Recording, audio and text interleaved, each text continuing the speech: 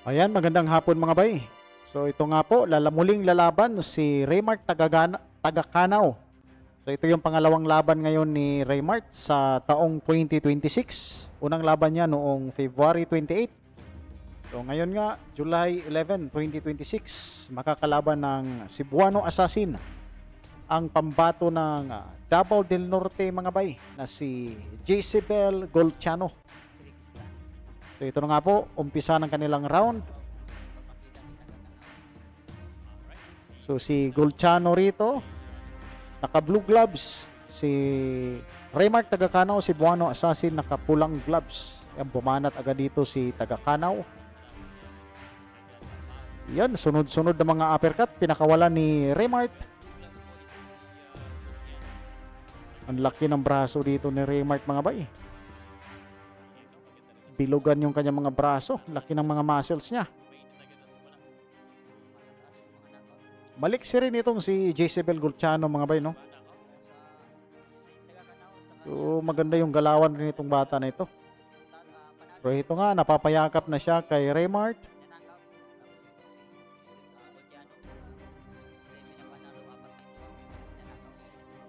Uy, nagpapakita rin ng galawan itong si Golchano rito.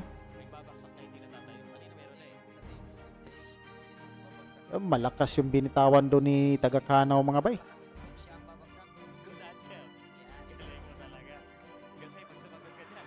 Masyadong mababa ang suntok ni Raymart.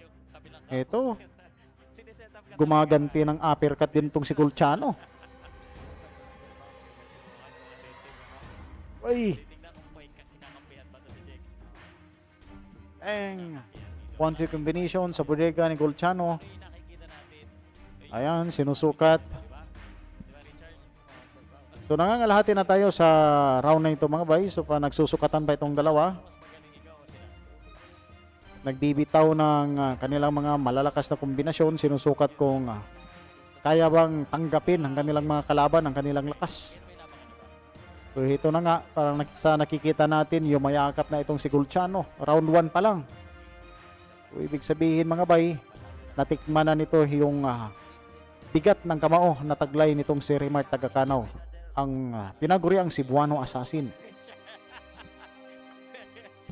Uy! Alak ka! Nagkapalitan mga bay. Yanig yung ulo ni Tagakanaw ron. Nakawala rin ng counter itong si Golchano.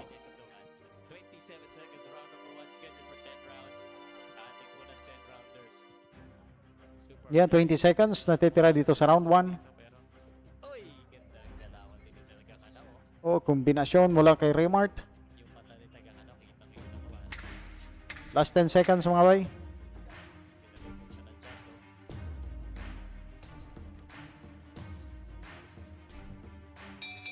Yan, end of round 1.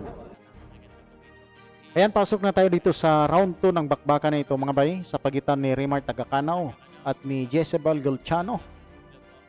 So sa unang round, para sa akin mga bay, lamang doon si Raymart Tagakanaw. Pagamat nakakatama ng mga counter punches itong si Golchano, abay mas maraming suntok na naipapakawalan itong si Raymart Tagakanaw. Ayan, nakatama ng kanang lambayog si Raymart.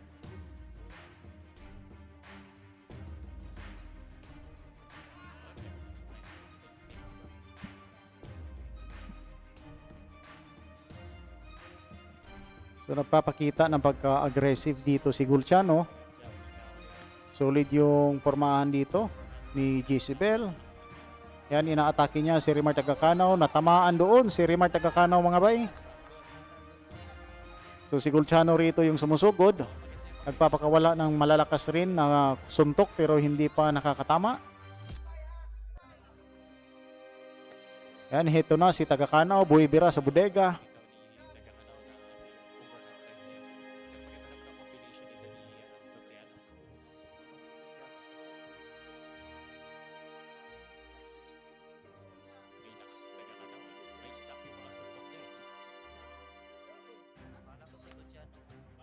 Uy, may bigat rin yung suntok ni Golchano rito mga bay.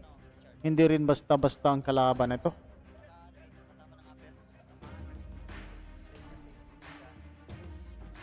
Parang may namumuong dugo na mga bay sa ilong ni Jezebel Golciano.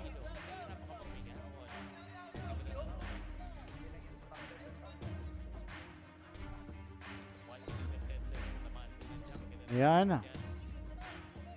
Ito na si Tagakanaw, sumusugod.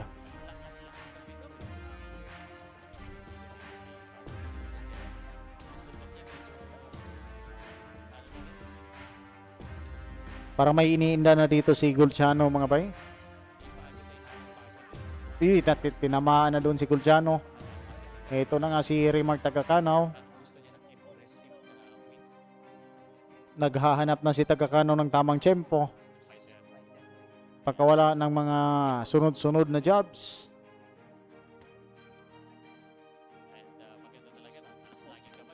Bang! Uppercut mula Tagakanaw.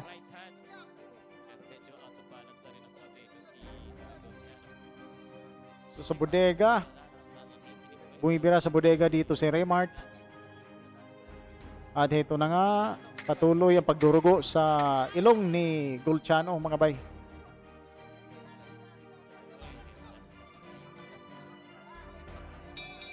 End of second round.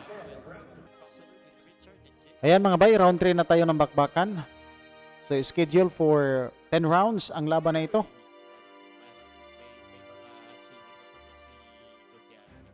Si Tagakanaw nga rito mga bay, nakapulang gloves. At si Golciano naman itong naka-blue. Ay, bumibira sa bodega itong si Golciano. Pero sa atin nakikita nga mga bay, sa unang mga minuto lang ang pagiging aggressive dito ni Golciano.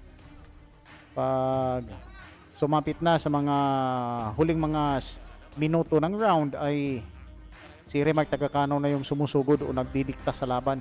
Ito na nga, nagpapaulan ng suntok si Tagakanaw at bumagsak na rito si Golciano mula sa body shot ng Cebuano Assassin. Makakatayo pa kaya ito mga bay? Ayan mga bay, hindi na nga kinaya.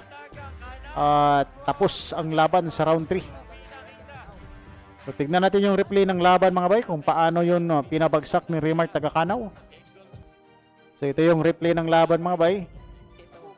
Mula sa left uppercut na tumama sa tagiliran ni Golciano ang nagpabagsak sa kanya. So, grabe talaga yung suntok dito ni Remark Tagakanaw. Ramdam agad yung hapdi mga bay sa tagiliran ng kalaban. So yan mga bay, so makyat na nga ang kartada rito ni Remark Tagakanaw sa 13 wins with 11 knockouts at may isang talo. So daghang salamat mga bay, hanggang sa dulo hindi pa rin kayo bumibitaw. Nais ko pong malaman ang inyong reaksyon sa ating video. Pakikomenta na po sa baba at babasahin po natin yan. Daghang salamat at sa Diyos ang lahat ng papuri.